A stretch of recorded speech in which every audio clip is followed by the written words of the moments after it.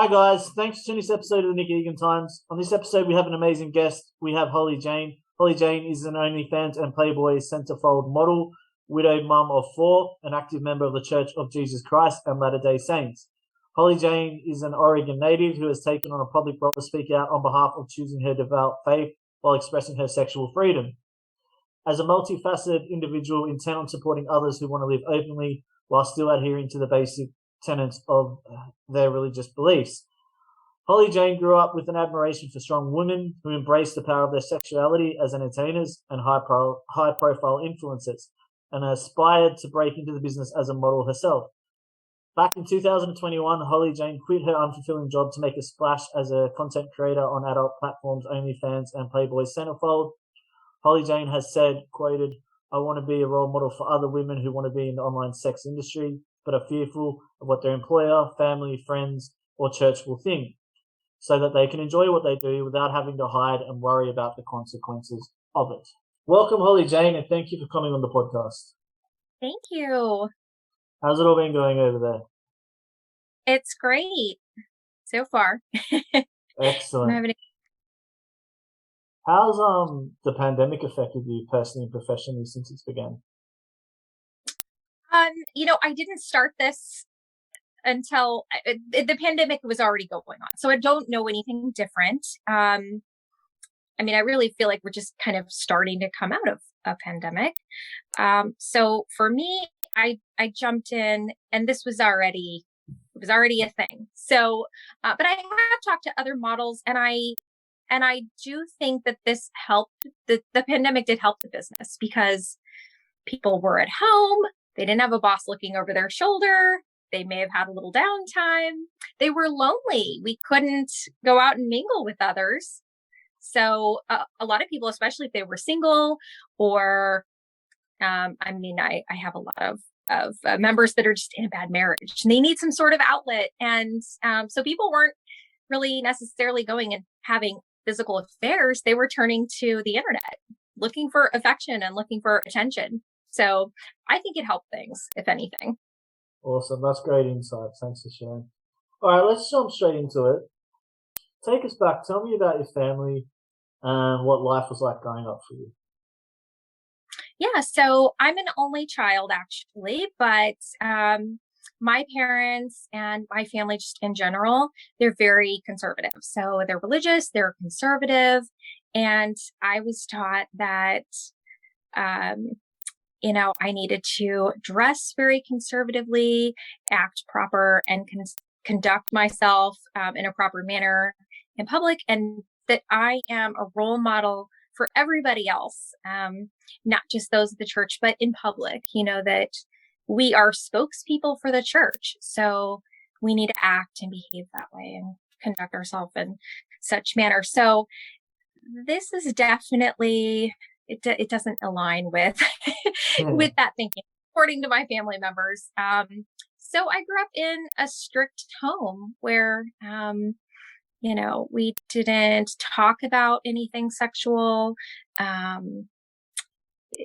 Dating was an okay thing to do as long as, the parents met and approved. But everything was very controlled, and you're not a free thinker sexually. Definitely not. Yeah, cool. That's great insights too. All right. Tell me about your Christian faith and what it means being a Mormon, and what you think and classify that as. Sure. So I do have the faith. I do believe in many of the teachings of the church. I enjoy attending the church, both just as an individual and with my children. It's something that we enjoy doing together. And I do feel like it gives them a good foundation. I have friends in the church. They have friends. But I have always been a very sexual person, and I never viewed it as something bad. I grew up, and my friends, when we thought about what do we want to be when we grow up, and we're teenagers, my friends were dreaming of like going off to college, and I just wanted to be a Playboy model. I looked at role models like Jenny McCarthy, Carmen Electra. If you're in your 30s or older, you know who they are. And these were sort of controversial models because they were nude Playboy models. And they didn't just pose, but they expressed their opinions about sexuality and they pushed boundaries. And I thought that is so cool. And hey, that's how I feel. That aligns with my thinking. And I never looked at it as a negative thing. And I never understood why church members were so, not just within my organization that I belong to, but just religious people in general, that it's this negative thing to show your body that God created, and express yourself sexually. Porn is definitely a no-go within the LDS church. Okay. So, they are anti-porn. They believe that it really gets in the way of healthy relationships and that it's looked at as infidelity. Okay. So me being a part of that, they would view it as especially being that I promote what I do, and I'm trying to lure members away from their teachings. And I don't think that it's a negative and bad thing at all. I believe that you can, in a healthy way, express yourself sexually and still keep your faith. Yeah, good on you. That's great. All right. I guess what inspired you specifically to do Playboy and OnlyFans, and how did that journey begin? Sure. So like I said, it's something that I always wanted to do. It was secretly in the back of my mind, and life happens. I got married. I had kids, and I was just going about my life. My husband did become ill and he passed away in 2017.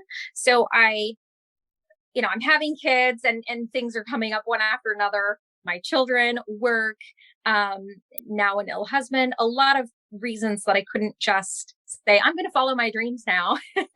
Right. So it was actually when he passed that I started, like reevaluating my life and what I'm doing. And it really made me think about, I'm not getting any younger. And if not in this lifetime, when am I going to do what I want to do? So I started aligning things financially for myself, so that when I felt like it was a good time for me, I could step away. I didn't know where my place was in the industry because OnlyFans is a relatively new platform. Okay, so they haven't been around very long. And I knew I have kids. I'm not going to go, hire a nanny and fly off and be an adult porn star. I didn't want to be a full-time cam model. So I wasn't sure how or where I was going to get started. And I actually was watching the news one day and I hear about Miss Poindexter. I don't know if you know who Miss Poindexter is, but she was in the media. There was some scandal and I'm watching it, and my takeaway from this whole media on her was, everyone else had a different thought. Like they were more focused on the story and her kids, and I'm thinking, oh, wait, OnlyFans? She makes what? So immediately I'm like on my phone, and that really was that moment for me where I was like, okay, this exists. This is what I'm going to do. And I immediately put my plan into action. I started writing a business plan. I did a lot of market research. I quit my job 3 weeks later. Wow, that's incredible. Good on you. Yeah. Wow. And tell me, what was it like doing the Playboy Centerfold? What was that like? What was that experience? Yeah. So, Playboy has come out with the Centerfold platform, the online platform. I recently joined their platform, and that was exciting because OnlyFans, as long as you go through the rigmarole to show your ID and get set up with the bank and etc., you can be a creator. Anyone can be a creator on OnlyFans, but not everyone can be a creator on Centerfold. You're selected. So that was exciting. I did the work to make a name for myself on OnlyFans and in social media to then be accepted to the Centerfold platform. So I was excited. It was something I always wanted to be part of. So there you go. You got your achievement. yeah. That's awesome. Well done. Now I just have to keep raising the bar. Exactly. And what are the insight? What's the industry like? How would you describe it working? I guess going from your unfulfilling job to living your dream and doing this. What is the industry like working in it, and what are the people like? Okay, so my idea of what it was and what it actually entails is a little bit different. A lot of people think, oh, she just takes a few pictures, makes a couple of videos, they're masturbating videos. She has a great time. She sends a few messages. I bet she works an hour a day. I that's what I pictured for myself also. I work at least 12 hours a day, at least. Wow. Sometimes, yeah, that's minimum. Sometimes more. Sometimes I'll wake up at 7 and I don't stop until about 1 a.m. because I'm answering messages, I'm managing something, I'm uploading content. I'm not in front of a camera that many hours, but I'm on my phone. So it really is, it's a lot of work. And I think most people don't realize that. And I didn't know that going into it. There's also a whole other side of the industry that I had no idea about. So you're messaging with guys, right? You have your fans and these guys are in love with you. So it's a dance.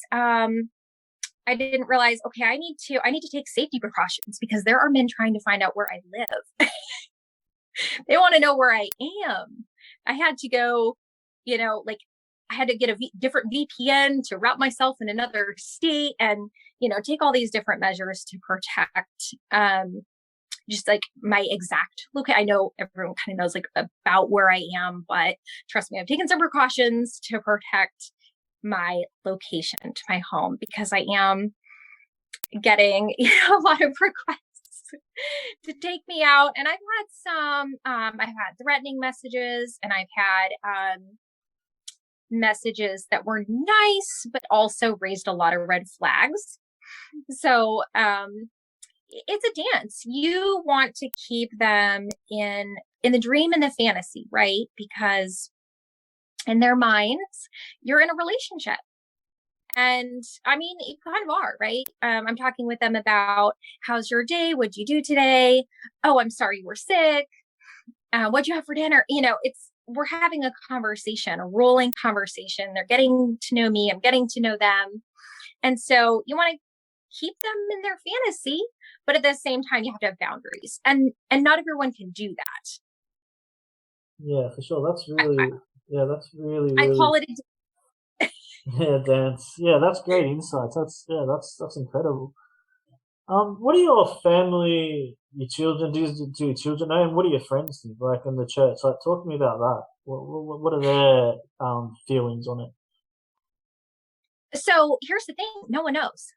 This is what's hilarious to me. So I wrote an article for the HuffPost and I was so nervous that morning. Like, just if you've ever experienced extreme anxiety, I didn't have regrets, but still, I'm human. I was like, this is it, right? And it came out on Friday. So I had to show up on Sunday thinking I'm going to walk in and I'm just going to know that they know. And it's going to be a little awkward. Not one person in my personal life read it. Obviously, the HuffPost is millions of people across the world read the HuffPost. Not one person in my personal life read it. I have 2 friends that know about this. They're not in the church. Those are the only people that know. So they didn't read the HuffPost. I was in Newsweek. They didn't read it. I was in Business Insider. They didn't read it. Wow. Maybe if I appeared on Fox. Maybe when I go on Fox, I think that'll be the nail in the coffin. But I've yet to be featured on Fox. So I think it's the type of publication and the demographics of the church members, right? Yeah. So conservative or, that's more of like a liberal publication. It would make sense if they didn't see it, but still, come on. I wrote about the Mormon church. So you would think that would spark the church to be like, let's investigate who this girl is.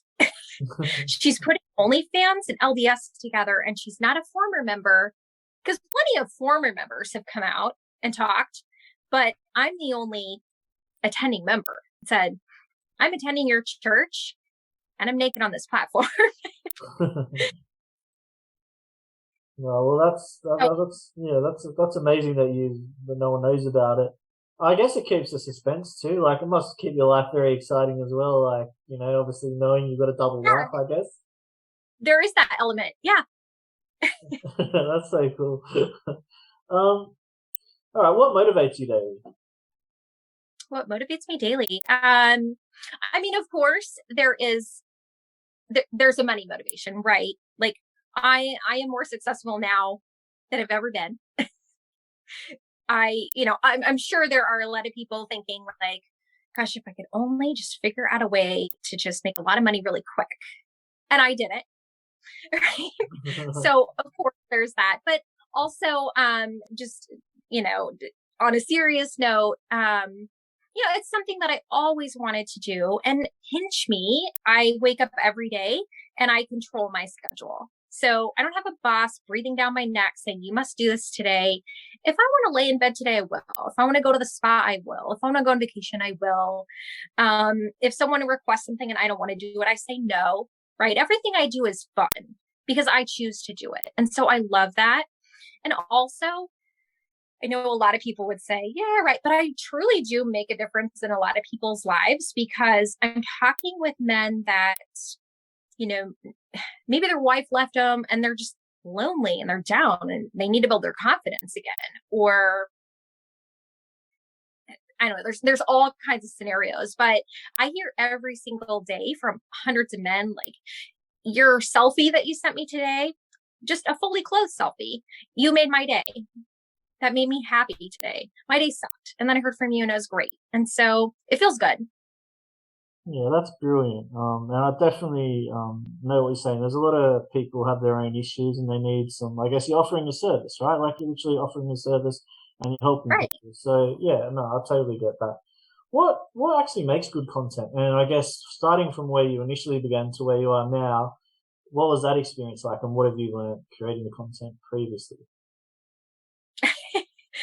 Oh, you just like, I'm embarrassed to go back and look at my content. I am so embarrassed. Like the picture quality, the editing. Oh, it's terrible. I'm like, people subscribe. So I've improved so much. I've learned a lot about, lighting and uploading content, a lot of tech stuff that I had no idea about. Yeah. And I've improved greatly. I think, gosh, and it's a lot of work. Again, I think people think, oh, it takes you 10 minutes to make a video. No, I've got to edit this thing. And I really care about the quality of my work. So if I'm not happy with it, I'm not going to put it out there. Yeah, that's really good. And what have been some of the best memories you can recall so far in your, I guess, short career? The best memories. Ooh. Gosh. Well, for one, I've met a whole network of other models. And so just, when I first started, it felt like I was on an island. Like, who am I going to talk to? This person messaged me and said this, and what do I say? What do I do? Or gosh, what's a good editing app? Just anything like that. And I made a great group of friends. And so I'm so grateful for that. We kind of help each other get through, certain things. And I met some great guys. And I have some true friendships with some of them as well. So incredible. And have you had any mentors, or have you had anybody that you look up to that's obviously helped support you in your ambition with this? Oh yeah, absolutely. there are two key women that so what I did, just to kind of go back and explain briefly, I didn't just launch this. I didn't just say I'm signing up for OnlyFans and launched it. No. I treated this, and I treat it like any other business. If I were opening a restaurant, I would do market research on, what's the going rate for a steak, right? And on prime location and all of that. So I had to do research on marketing myself, pricing my content, there's just layers and layers to this. And I did need a mentor. So I came across two ladies that sort of loosely modeled myself after. And I'm in contact with them today, and we've collaborated on some things. And so that was another goal of mine. I want to collaborate with these women. I want to work with them. And so I achieved those goals as well. But I still go to them, every day and message. There's always something that comes up that I need help with or insight on. And so they've helped me a lot. And I hope that I can be that person for someone else too. Yeah, that's really great. What has been the best advice you've received? Don't look at anybody else, what anyone else is doing. So I think it's really easy, and I still am guilty of this, because we have a group chat, and myself and a whole bunch of other models. Okay, there's probably 100 of us in this chat. Top models earning $100,000 a month. Okay, and I'm earning a great income, but I'm not quite, my mentor, she earns 150 a month. Okay. Not quite there. I know, insane money. And so it's really easy when you're talking with them. Oh, I made $5,000 today. It's very easy to compare yourself. But she's been doing this 2 years longer than I have. So there's a lot of self-talk. I just need to remind myself, it takes time to get there. Rome wasn't built in a day, but look where I am compared to a year ago. And I just need to stay on the course. Like, just don't look back, look ahead, and always go back to the basics of, like, be true to yourself, only do things that you're comfortable with, be honest with your fans, be there for your fans, be consistent, and don't compare yourself to anyone else, because it's really easy to do that, not just with money, to say, she's making 150 a month and I'm so jealous. But we can compare our bodies too. We could say, she's more fit than I am. She's prettier than I am. She's younger than I am. And I've really learned, because I've got to be honest, when I started and I was looking at some of these ladies, I'm like, she's posing. Someone's going to buy that. Wow. She's not very attractive. But I've actually found out that there's someone for everyone. There are guys that think, obese women are attractive, and that uber skinny women are attractive, redheads. Everyone has a type, and there's a market for everything, that I learned. So I think it's more about the relationship piece of this too. And that's another thing that surprised me, because my two friends that their main question was, there's free porn, so why are they subscribing to you? Why does this work?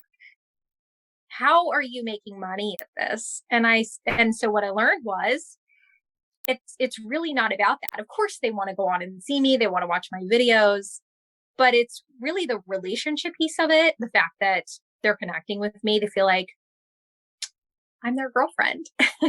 And it's really that piece of it that draws them in. If it were just images alone, I would have 0 subscribers, because there's Pornhub, there's, all of these other platforms for free. So it's the relationship piece of it. And I think if you have a great personality and you understand that piece and you're good at marketing, you've got business. That's really interesting and very fascinating, I find. Yeah. It is. Definitely. What would be the best advice you would give anybody in your previous position before you started it, or thinking, even contemplating coming into the industry you are? What advice would you give them? Really do your research on what you're getting into, because like I said, you're not just making videos and taking pictures. You're wearing so many hats, and you have to know the hats that you're going to wear, and you have to be all in 100% to wear each and every one of those hats. Okay. So the marketing piece, you're going to spend hours on marketing. Okay. You're going to market yourself. You're going to go out there and you're going to pitch yourself every day for hours. And you're going to get negative comments online. You're going to get mostly positive comments, but you're going to get negative comments. Someone is going to tell you that you don't look great today, or, aren't you a little old to be, you're not 20, or all kinds of comments. And you have to just say, and I don't even delete them. I look at it as, oh, great, you're helping my algorithm. You're actually helping to expose me when you make those comments. So thank you for that. So you have to market yourself. You have to have a thick skin. You're going to put your time and your money into this, and you're going to spend your all day for months building it. And then, like I said, you have to do that dance. So you have to separate reality and fantasy, and you have to help them separate it out in a way, and that's why I call it a dance, in a way that doesn't squash the fantasy, but that keeps you safe. And you're saying no to things like, I'm sorry, no, I'm not going to fly out to meet you, and divert them. But you know what? It sounds like maybe we should sext. Let's sext. Yeah. And just kind of like work them and talk them through it. And I feel like only a select number of people can actually handle that and know how to do that dance. So there's just so many layers to this. I can imagine. Do you get nervous or insecure, like when you're doing it, or when you're uploading it, or when you're creating content? I would say my first couple of videos, yes. I was like, I felt like it had to be perfect. And now I'm like, I edit it so that, I'm no longer like going back and, oh, I need to redo that scene, edit it. I'm editing it so I can upload it. But I'm not editing it like I was before. I used to take little segments and then I would redo that segment. No. That wasn't believable in that scene. Let me just redo it. And it would take me hours, the first few videos to do it. Now I'm just like going through it. I'm like, I don't care. I don't care. I want a good quality, but I'm not going to scrutinize how I look that day, or, did I look good enough in that scene? I don't worry about it anymore. But that was definitely initially my concern for the first couple of videos. And you just have to just very quickly learn to just let it go out the window. The guys don't care. They're not looking at your hair that day. They're in that video. They're really not. So, but I think as women, that's what we tell ourselves, like, oh, but my hair is not perfect in that scene, and they're not looking at it. It doesn't matter.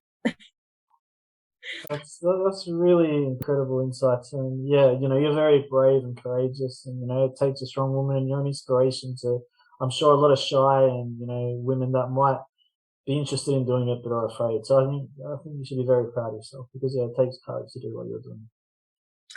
Yeah, it does. You're putting yourself not just on OnlyFans, but all over Instagram for the world to see, and TikTok and Twitter and all of these different platforms. So you have to be very confident, and like I said, have thick skin, because you may get 200 comments that are positive, but then you're going to get a little handful that's might hurt your feelings if you're not confident enough to just say, okay, I'm on the football field and you're in the stands. So it really doesn't matter what you think. You have to have that attitude. And again, not everyone has that attitude. 100%. Couldn't agree with you more. People hate are usually in the stands, and you're the one actually in the game, going for the win. Exactly. So couldn't agree more with you. Aside from this, what are your passions and hobbies aside from being in the adult industry, I guess? What do you like to do in your downtime? Sure. Yeah. Just in my normal life, I'm in a pair of Lululemon yoga pants and a yoga top. I'm very casual, sneakers, hair up. So I that's another reason I think people would be shocked, because I think a lot of people assume oh, I dress provocative, no, I'm a mom. I'm in my yoga pants. You wouldn't know. And a very outdoorsy, simple.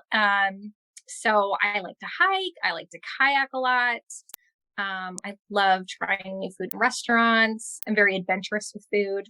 So, yeah, I mean, I just live very simple in that way. Cool. And what does the future look like for you? What are your, I guess, end goal? What is your end goal or your ambitions towards the future? Okay, so eventually I will write a book. So that's something that I won't say it's in the works because I haven't begun. I haven't really formulated, that yet. I need to take some notes and gather my thoughts. I think that's at least 2 years out. With my personality, it could be bumped up. Okay. But I'm a go-getter. Once I give a thought in my mind, the wheels are spinning. I can't help but to put things in motion. It's very difficult for me to be realistic and say, we need to put that on the back burner, because I just love to go and move forward. But that is eventually something that I want to do. I'm going to continue building on the Centerfold platform and OnlyFans. I know there was some concern with, oh, are they going to be around? Yes, they're going to be around. And you know what? If they're not, and there will be another platform that's not a concern. I think the world wants it and it would be created. So I don't stress about it. But I think, OnlyFans, they put it out there and then they retracted not having the adult content. And I don't think that we'll have that issue. I know a lot of my friends are worried about it, but I don't think that the fans or that the models need to be worried about it. I'm pretty sure it's here to stay. And you just need to live in the moment as though it's here to stay. So that's what I'm doing. I haven't voiced this publicly. Oh no, where'd you go? Oh, there we are. I haven't voiced this publicly, but I'll tell you now, I would like to do a girl on girl film professionally. Okay. I'm just going to put it out there. I will not do a guy on girl film. And I have been approached. And the reason that I haven't done any film is because I was told, no, we need you for a guy on girl. And I said no. So I'm straight. I'm not a lesbian, but I'm very comfortable with my body. I'm professional. And I want, for my fans, I want to put it out there. So maybe someone will contact me. I'm available. Good on you. You're doing amazing and it's incredible. If you were 18 and you could change anything, go back in time, what would you change? Oh, gosh, probably just on what would I change? That's a good question. I've never really thought about that. Just because I live my life, I hate when people, oh, we should have done this. Okay, but you didn't. So what's your solution now? I'm very solution oriented, and I just move forward. When a problem arises, I'm like, how can we fix it? And I don't look back. So what would I change?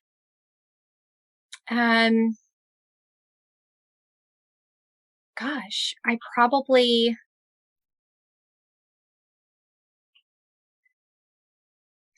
would have jumped on some of the girl on girl collaborations that were offered to me sooner. Maybe I would have done a girl on girl film sooner. That's about it. Cool, that's great. There were some opportunities that I had that I passed up on, and now I'm like, oh no, I want to do that. This is really enjoyed interviewing yourself, Holly Jane. Thank you for coming on the podcast. I do appreciate it. You're doing amazing. You're incredible. You should be extremely proud of everything you're doing. And yeah, thanks for coming on. Thank you for having me. You're welcome.